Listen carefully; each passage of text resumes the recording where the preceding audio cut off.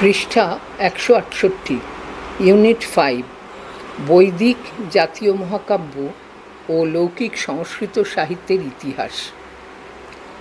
সংস্কৃত গল্প সাহিত্য, রচয়িতা ও বিষয়বস্তুর সংক্ষিপ্ত পরিচয়, গুরুত্বপূর্ণ তথ্যাবলী।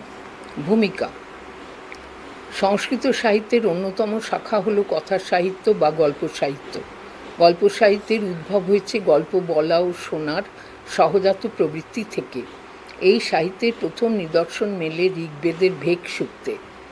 পরবর্তীকালে অন্যান্য বৈদিক সাহিত্যে, রামায়ণে, মহাভারতে ও পুরাণে শৈল্পিক উপস্থাপনায় ভিন্ন স্বাদে ও বৈচিত্র্যে তা সমৃদ্ধ হয়ে উঠেছে।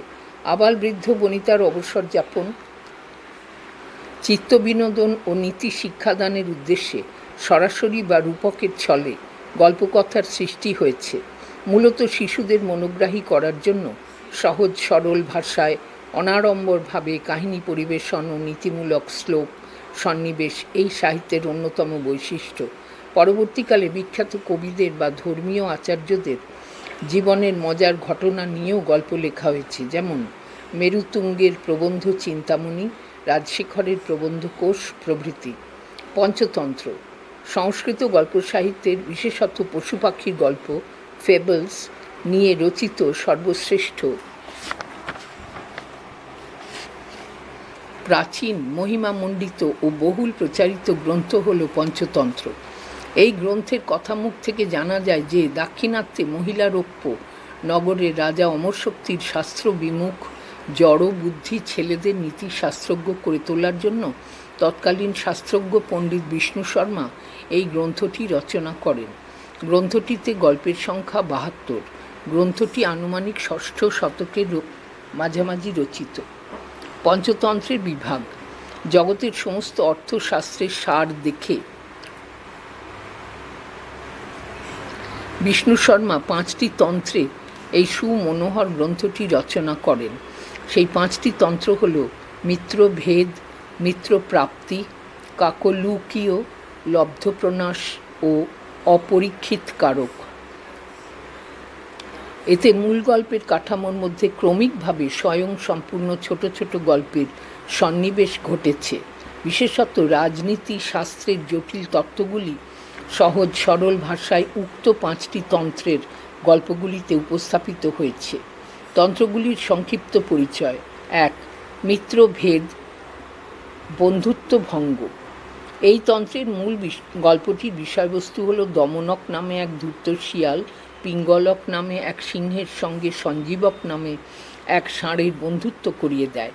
পরে সে সেই বন্ধুত্ব ভেঙে দেয় এবং কৌশলে পিঙ্গলককে দিয়ে সঞ্জীবককে হত্যা করায়। এছাড়া এই তন্ত্রে কাকের বুদ্ধিতে কেউটের বিনাশ, কাঁকড়ার হাতে অতিলোভী বকের বিনাশ, খরগোশের বুদ্ধিতে সিংহের বিনাশ, জীর্ণধন বণিকের কথা, মূর্খ বানরের দ্বারা রাজার বিনাশ প্রভৃতি গল্প রয়েছে।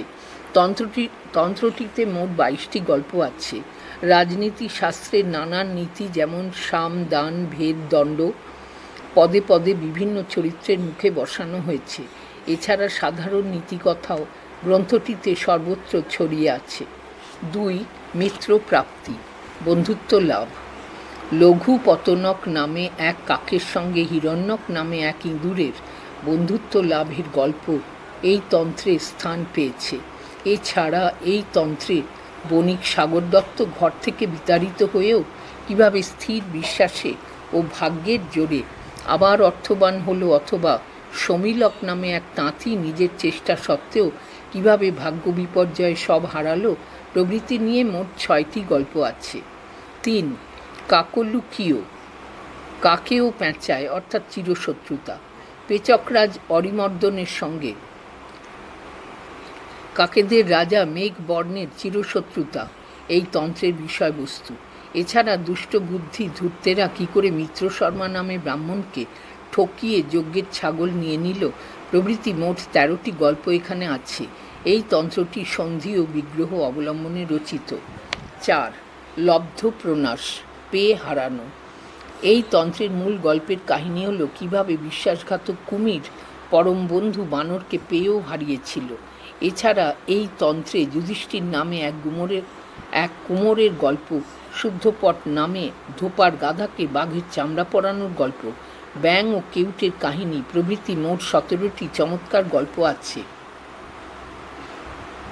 5.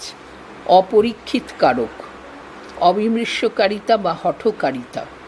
এই তন্ত্রটির মূল কাহিনী এই রকম। শ্রেষ্ঠী মণিভদ্র একদিন রাতে সোনা লাভের স্বপ্ন দেখেন। পরদিন সকালে সেই লোভে তিনি এক নাপিত সন্ন্যাসীকে হত্যা করেন এবং তাঁর মৃত্যুদণ্ড হয়। এই তন্ত্রের ব্রাহ্মণ ও নকুলের গল্প, 4টি মূর্খ ব্রাহ্মণ বালকের গল্প, একটি উদর ও 2 মুখ বিশিষ্ট ভারণ্ড পাখির গল্প প্রভৃতি অত্যন্ত বাস্তব ও জীবনোপযোগী বক্তব্য প্রকাশের সমর্থ। এই তন্ত্রে মোট 14টি গল্প আছে। এই তন্ত্রে রাজনীতি, সমাজবিদ্যা, নীতিশাস্ত্র ও অর্থশাস্ত্র নিয়ে ভিন্ন ভিন্ন স্বাদের গল্প আছে। পৃষ্ঠা 169। মূল্যায়ন। সংস্কৃত গল্প সাহিত্যের অন্যতম সার্থকনামা গ্রন্থ হল বিষ্ণু শর্মা বিরচিত পঞ্চতন্ত্র। গ্রন্থের কথামুখ থেকে জানা যায় যে দাক্ষিণাত্যে মহিলারোপ্য নগরের রাজা অমরশক্তির শাস্ত্রবিমুখ জড়বুদ্ধি ছেলেদের নীতি শাস্ত্রজ্ঞ করে তোলার জন্য তৎকালীন শাস্ত্রজ্ঞ পণ্ডিত বিষ্ণু শর্মা এই গ্রন্থটি রচনা করেন। গ্রন্থে 5টি তন্ত্র আছে। সেগুলি হল মিত্রভেদ, মিত্রপ্রাপ্তি, কাকলুকীয়, লব্ধপ্রনাশ এবং অপরীক্ষিত কারক। পঞ্চতন্ত্রের গ্রন্থকার গল্পগুলির যে বর্গীকরণ করেছেন তা সম্পূর্ণ অভিনব। কী করে বন্ধুত্ব ভঙ্গ হয়, কী করে বন্ধুত্ব লাভ করা যায়, কাদের মধ্যে বন্ধুত্ব কোনো দিন হয় না, লাভ করেও কেমন করে তা হারিয়ে যায় এবং হঠকারিতা কেমন হতে পারে, এই রকম বিষয়গুলিকে ছোট ছোট গল্পের মাধ্যমে ফুটিয়ে তুলেছেন বিষ্ণু শর্মা। কাকের বুদ্ধিতে কেউটের বিনাশ, কাঁকড়ার হাতে অতিলোভী বকের বিনাশ, খরগোশের বুদ্ধিতে সিংহের বিনাশ প্রভৃতি শিশুদের মনে চিরন্তন স্থান করে নিয়েছে। পঞ্চতন্ত্রের গল্পগুলির মধ্যে রয়েছে নীতিবিদ্যা, রাজনীতি, অর্থশাস্ত্র ও বাস্তব জীবনের উপযোগী সমাজবিজ্ঞান এবং জ্ঞানবিজ্ঞানের কথা। এখানে শুধুমাত্র ন্যায়নীতি, ত্যাগ, সততা প্রভৃতি ধর্মের আদর্শ প্রচারই মুখ্য উদ্দেশ্য নয়। পশু পাখির রূপকে মানুষের মহত্ব, ভণ্ডামি, শঠতা, হৃদয়হীনতা প্রভৃতি গুণাগুণ পরোক্ষভাবে ব্যক্ত। প্রতিটি গল্পের শেষে যে উপদেশগুলি বিধৃত হয়েছে সেগুলি এক একটি রত্নের মতো। 4 মূর্খ ব্রাহ্মণ পণ্ডিতের কাহিনীতে আমরা দেখতে পাই কিভাবে শাস্ত্র কণ্ঠস্থ করেও বাস্তব বোধহীন ব্রাহ্মণ পণ্ডিতেরা তাদের এক বন্ধুর মৃত্যু ঘটালো এবং বাকি পণ্ডিতেরা লোকের হাস্যাস্পদ হলো। কল্পনার মৌলিকতায়, বর্ণনার সাবলীলতায় এবং চরিত্র চিত্রণে পঞ্চতন্ত্র একটি অতুলনীয় গ্রন্থে পরিণত হয়েছে। এর জনপ্রিয়তা এতটাই গভীর যে গ্রন্থটি রচিত হওয়ার পর থেকেই বিভিন্ন ভাষায় এটির অনুবাদ হতে থাকে। পঞ্চতন্ত্র প্রথম পল্লবী ভাষায় অনুদিত হওয়ার পর থেকে সারা পৃথিবীতে প্রায় 50টিরও বেশি ভাষায় অনুদিত হয়েছে। গল্পগুলি এতই মনোহর যে নারায়ণের হিতোপদেশ সোমদেবের কথাশরীর সাগরেও পঞ্চতন্ত্রের গল্প স্থান পেয়েছে। নারায়ণের হিতোপদেশের 38টি গল্পের মধ্যে অধিকাংশই পঞ্চতন্ত্র থেকে নেওয়া। এখানে নতুন গল্প স্থান পেলেও গ্রন্থের পরিকল্পনাও একেবারেই পঞ্চতন্ত্রের মতো। দেখা যায় যে পাটলিপুত্র নগরের রাজা সুদর্শনের পুত্রদের বিভিন্ন শাস্ত্রে পারদর্শী করে তোলার জন্য পৃষ্ঠপোষক রাজা ধবলচন্দ্রের সভাকবি নারায়ণ শর্মা হিতোপদেশ গ্রন্থটি রচনা করেন। পঞ্চতন্ত্রের ভাষা অত্যন্ত সহজ ও মনোগ্রাহী, যেন শিশুর ভাষায় গ্রন্থটি রচিত হয়েছে। সব মিলিয়ে সংস্কৃত গল্প সাহিত্যে পঞ্চতন্ত্র এক অমর স্থান করে নিয়েছে। হিতোপদেশ। সংস্কৃত গল্প সাহিত্যের বিশেষত মনুষ্য চরিত্র প্রধান গল্প নিয়ে গড়ে ওঠা অন্যতম সার্থক গল্পগ্রন্থ হল হিতোপদেশ। পণ্ডিত নারায়ণ শর্মা এই গ্রন্থের রচয়িতা। এই গ্রন্থটি পঞ্চতন্ত্রের অনুকরণে রচিত। হিতোপদেশের পাণ্ডুলিপিগুলি থেকে পাওয়া তথ্য অনুযায়ী সবচেয়ে প্রাচীন পাণ্ডুলিপিটি 1373 খ্রিস্টাব্দে রচিত হয়েছিল। এই গ্রন্থে রবিবারকে ভট্টারকবার বলে উল্লেখ করা হয়েছে। এই শব্দটিও অন্যান্য বিষয় বিচার করে বলা যায় নারায়ণ 10ম শতকের আগে আবির্ভূত হননি। তাই ঐতিহাসিক গবেষকগণ সিদ্ধান্ত তাই ঐতিহাসিক গবেষকগণ সিদ্ধান্ত করেন যে দশম থেকে দ্বাদশ শতকের মধ্যবর্তী কোনো সময় গ্রন্থটি রচিত হয়। ভাগীরথীর তীরে পাটলিপুত্র নগরের রাজা সুদর্শনের পুত্রদের বিভিন্ন শাস্ত্রে পারদর্শী করে তোলার উদ্দেশ্যে গ্রন্থটি রচনা করেন পৃষ্ঠপোষক রাজা ধবলচন্দ্রের সভাকবি নারায়ণ শর্মা। গ্রন্থ বিভাগ: হিতোপদেশ গল্পগ্রন্থটি 4টি খণ্ডে বিভক্ত। কথা সংগ্রহ: খণ্ড 4টি হল: 1 মিত্রলাভ, 2 সুহৃদ ভেদ, 3 বিগ্রহ ও 4 সন্ধি। মোট গল্প সংখ্যা 42। হিতোপদেশের আঙ্গিক বৈশিষ্ট্য পঞ্চতন্ত্রের মতোই নারায়ণ কথাচ্ছলে বালকদের নীতি উপদেশ দিয়েছেন। তিনি বলেছেন, কোট, यन्नबे भाजने लग्न संस्कार नान्यथा भवेत् कथाच्छलेन बालानां নীতিস্তদীহ কথ্যতে, আনকোট। যেমন কাঁচা মাটির পাত্রেই দাগ চিরস্থায়ী হয়, তেমনি বালক বালিকাদের মনে বাল্যকালেই নীতির বীজ বপন করলে তা ফল দেয়। বিষয়বস্তু ও বৈশিষ্ট্য: হিতোপদেশের ছোট ছোট গল্পগুলি শিশু মনে রহস্যঘন পরিবেশ সৃষ্টি করেছে, যথা মুনি মুশিক কথা, বীরবরের কথা, নীলবর্ণ শিয়ালের কথা, সুন্দর উপসুন্দের কথা প্রভৃতি। হিতোপদেশের মূল গল্পটি লঘু পতনক নামে এক কাক ও শতমুখ বিবরবাসী হিরণ্যক নামে এক মুশিককে কেন্দ্র করে গড়ে উঠেছে। নীতিকথার বাহুল্য গ্রন্থটির অন্যতম বৈশিষ্ট্য। মূল্যায়ন: হিতোপদেশ গ্রন্থটি পঞ্চতন্ত্রের অনুকরণে রচিত হলেও রচয়িতা নারায়ণ শর্মা তাঁর রচনার গুণে ও সহজ ভাষায় পশু পাখির গল্পের মাধ্যমে সরলমতি বালক বালিকার মনে স্থান করে নিয়েছেন। হিতোপদেশের 42টি গল্পের মধ্যে অধিকাংশ গল্পই পঞ্চতন্ত্র থেকে নেওয়া। হিতোপদেশের আরেকটি বৈশিষ্ট্য হল কামন্দকীয় নীতিসার থেকে অনেক শ্লোক গ্রন্থটিতে নেওয়া হয়েছে। তবুও তথ্যের পারম্পর্যে, বৈচিত্র্যের আকর্ষণে এবং কাব্যিক গতিময়তায় রচয়িতার দক্ষতা অস্বীকার করা যায় না। এখানে ভাষার সারল্য অবশ্যই লক্ষণীয়। একটি উদাহরণ দেওয়া যাক। কোট, হিরণ্যক अपि आहा अहम अल्पशक्ति दंताश्च मे कोमलः तदेतेषां पाशं छेत्तुं कथं समर्थः तत् यावत् मे दन्ता न त्रुट्टन्ति तावत् तव पाशं छिन्नद्मि, আনকোট। এই ধরনের সংস্কৃত পড়ে অর্থ উদ্ধার করতে সংস্কৃতজ্ঞ না হলেও চলে। তাই পঞ্চতন্ত্রের মতো হিতোপদেশও আবাল বৃদ্ধ বনিতার মন জয় করে নিয়েছে, একথা নিঃসন্দেহে বলা যায়। কথা সরিৎ সাগর: সংস্কৃত কথা সাহিত্যের সর্বশ্রেষ্ঠ এবং পৃথিবীর প্রাচীনতম ও বৃহত্তম গল্প সংকলন গ্রন্থের নাম কথা সরিৎ সাগর। সোমদেব ভট্ট এর রচয়িতা। পৈশাচী প্রাকৃতে লেখা গুণাঢ্যের বৃহৎ কথা হল এই গ্রন্থটির উৎস। 1060 থেকে 1081 খ্রিস্টাব্দের মধ্যে গ্রন্থটি রচিত হয়। সোমদেব ছিলেন এক কাশ্মীরি ব্রাহ্মণ এবং কাশ্মীর রাজ অনন্তের সভাকবি। সোমদেব ত্রিগর্তের রাজকন্যা অনন্তদেবের পত্নী সূর্যমতীর চিত্তবিনোদনের জন্য এই গ্রন্থটি রচনা করেন।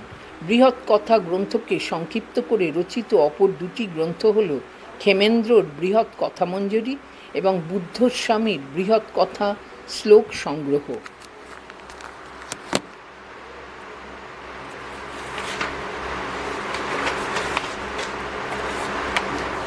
পৃষ্ঠা 170। গ্রন্থবিন্যাস ও বিষয়বস্তু।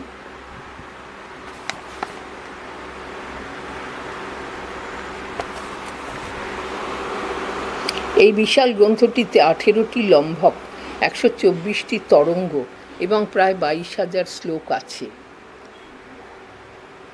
গ্রন্থ পরিমাণের বিশেষ শব্দগুলি হল লম্ভক ও তরঙ্গ, যেমন অন্যত্র পরিচ্ছেদ, স্বর্গ প্রভৃতি।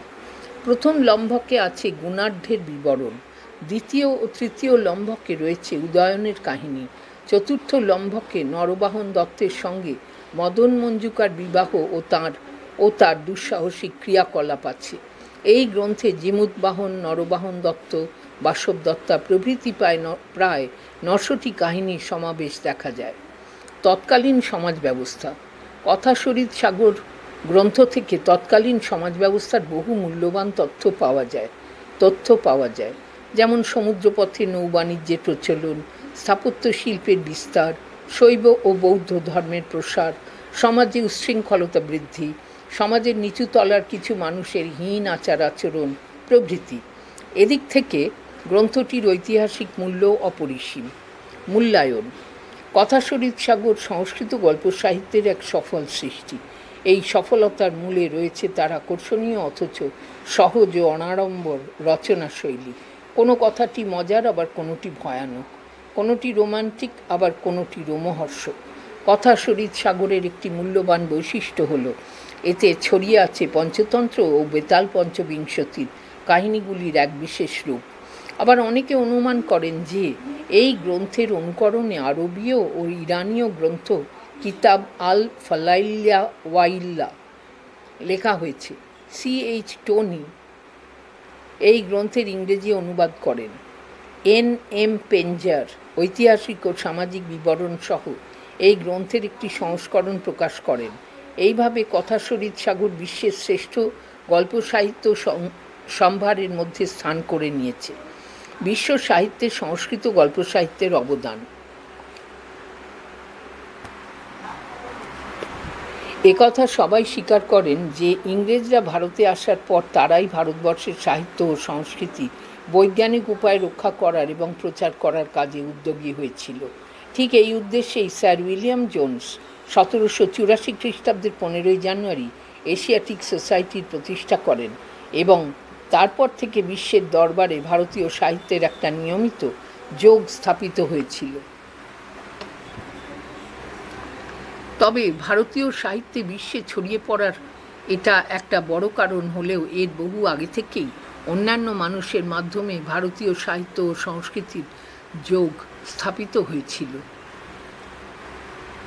এবং তার ফলে বিশ্বের সাহিত্য ভাণ্ডারে অন্তত ভারতীয় গল্প সাহিত্য তার অবদান রেখেছে। পঞ্চতন্ত্র: বিশ্ব সাহিত্যে পঞ্চতন্ত্রের অবদান এক কথায় অতুলনীয়। খ্রিস্টীয় 6ষ্ঠ শতক থেকেই বিভিন্ন ভাষায় অনুবাদ হতে হতে পৃথিবীর সাহিত্য ভাণ্ডারে পঞ্চতন্ত্র যেভাবে ছড়িয়ে পড়েছে তার পুঙ্খানুপুঙ্খ বিবরণ দেওয়া সম্ভব নয়। তবুও দীর্ঘদিনের গবেষণার ফলে আমরা যতটুকু জানতে পেরেছি, পঞ্চতন্ত্র বিশ্বের 50টিরও বেশি ভাষাতে অনুদিত হয়েছে। 570 খ্রিস্টাব্দে প্রথম পল্লবী ভাষায় পঞ্চতন্ত্রের অনুবাদ হয়েছিল। এর ওপর ভিত্তি করে একটি সিরীয় অনুবাদ হয়েছিল। এই সিরীয় অনুবাদটির নাম কালিলগ ও দমনগ। এই নাম দুটি পঞ্চতন্ত্রের করটক ও দমনক। এই সিরীয় অনুবাদের উপর ভিত্তি করেই 750 খ্রিস্টাব্দে আবদুল্লাহ ইবন আল মাকাফফা নামে এক পণ্ডিত একটি আরবি অনুবাদ করেন। তার নাম কালিলাহা ও দেমনাহা। 1080 খ্রিস্টাব্দে পঞ্চতন্ত্র গ্রিক ভাষায় অনুদিত হয় এবং 1252 খ্রিস্টাব্দে হয় স্পেনীয় ভাষায়। এরপর এই গ্রন্থের অনুবাদ সারা ইউরোপে ছড়িয়ে পড়ে এবং আজও এর অনুবাদ হয়ে চলেছে। 1925 খ্রিস্টাব্দে আর্থার ডব্লিউ রাইডার ইংরেজি অনুবাদ করেন। 1993-এ চন্দ্রা রাজন আরেকটা অনুবাদ করেন। 1997-এ প্যাট্রিক অলিভেল আবার একটা ইংরেজি অনুবাদ করলেন। এটি অক্সফোর্ড ইউনিভার্সিটি প্রেস থেকে বেরিয়েছে। অলিভেলের বই 2006-এ পুনর্মুদ্রণ হয়েছে ক্লে সংস্কৃত লাইব্রেরি থেকে। র্যামজে উড 2008 থেকে পঞ্চতন্ত্রের গল্পগুলিকে আবার নতুনভাবে পরিবেশন করে চলেছেন। এদিকে পঞ্চতন্ত্রের অনুবাদ তিব্বতী, চীনা, মঙ্গোলীয় ইত্যাদি ভাষাতেও হয়েছে। হিতোপদেশও পৃথিবীর প্রধান প্রধান ভাষায় অনুদিত হয়ে সারা বিশ্বে ছড়িয়ে পড়েছে। সম্রাট আকবরের 1542 থেকে 1605 আদেশে তাঁর মন্ত্রী আবুল ফাজল 1551 থেকে 1602 হিতোপদেশের একটি পার্সি অনুবাদ করেছিলেন। তারপর আরও পার্সি অনুবাদ হয়েছে, তার মধ্যে একটি করেন তাজউদ্দিন বিন মঈনুদ্দিন মালিকি। যাই হোক, হিতোপদেশের প্রথম ইংরেজি অনুবাদ করেন চার্লস উইলকিন্স 1750 থেকে 1836। এই অনুবাদটি আবিষ্কার করেন sir William Jones. Sir Jones কলকাতার এশিয়াটিক সোসাইটির প্রতিষ্ঠাতা ছিলেন। তারপর তিনি নিজেও হিতোপদেশের একটি ইংরাজি অনুবাদ করেন। তারপর এফ ম্যাক্সমূলার 1823 থেকে 1900 আবার একটি ইংরেজি অনুবাদ করেন। 1861 খ্রিস্টাব্দে স্যার এডউইন আর্নল্ডের করা একটি ইংরেজি অনুবাদ উল্লেখযোগ্য। ফ্রান্সিস জনসন আবার একটি ইংরেজি অনুবাদ করেন। জোহানেস হার্টেল হিতোপদেশের জার্মান অনুবাদ করেছেন। ইন্দোনেশীয় ভাষায় বাচ্চাদের জন্য হিতোপদেশের অনুবাদ হয়েছে। অনুবাদ করেছেন জিওটো ডারিয়ানানি এবং চণ্ডীরামানি। হিতোপদেশের আরও ইংরেজি অনুবাদ আছে। এইভাবে বিশ্ব সাহিত্যে হিতোপদেশের অবদান স্মরণীয়। কথা শরীর সাগর, বিশ্বের সবচেয়ে বড় গল্প সংগ্রহ কথা শরীর সাগর। হয়তো বিশালতার কারণে মধ্যযুগীয় ভারতে এই গ্রন্থের পার্সি, আরবি ইত্যাদি কোনো ভাষায় অনুবাদ হয়নি। 1839 হারমান ব্রকাস কথা শরীর সাগরের জার্মান অনুবাদ করেন। এরপর চার্লস হেনরি টনি 1837 থেকে 1922 বইটির এক ইংরেজি অনুবাদ করেন। বইটি দুখণ্ডে বের হয় 1880 এবং 1884 খ্রিস্টাব্দে। বইটির নাম the Katha Sarit Sagar, ocean of the streams of story. এরপর 1924 থেকে 1928 মধ্যে নরমান মোসলে পেনজার বইটিতে টিপ্পনী যোগ করে কয়েক খণ্ডে ছাপান। তারপর স্যার জেমস ম্যালিনসন কথা শরীর সাগর আবার ইংরেজিতে অনুবাদ করেন। নাম দেন the ocean of the rivers of story. 1997 Arshia Sattar tales from the Katha Sarit সাগর গ্রন্থে কথা শরীর সাগরের নির্বাচিত গল্পগুলি অনুবাদ করে বের করেন। এইভাবে বিশ্ব সাহিত্যে কথা শরীর সাগরের অবদান ক্রমশই বেড়ে চলেছে।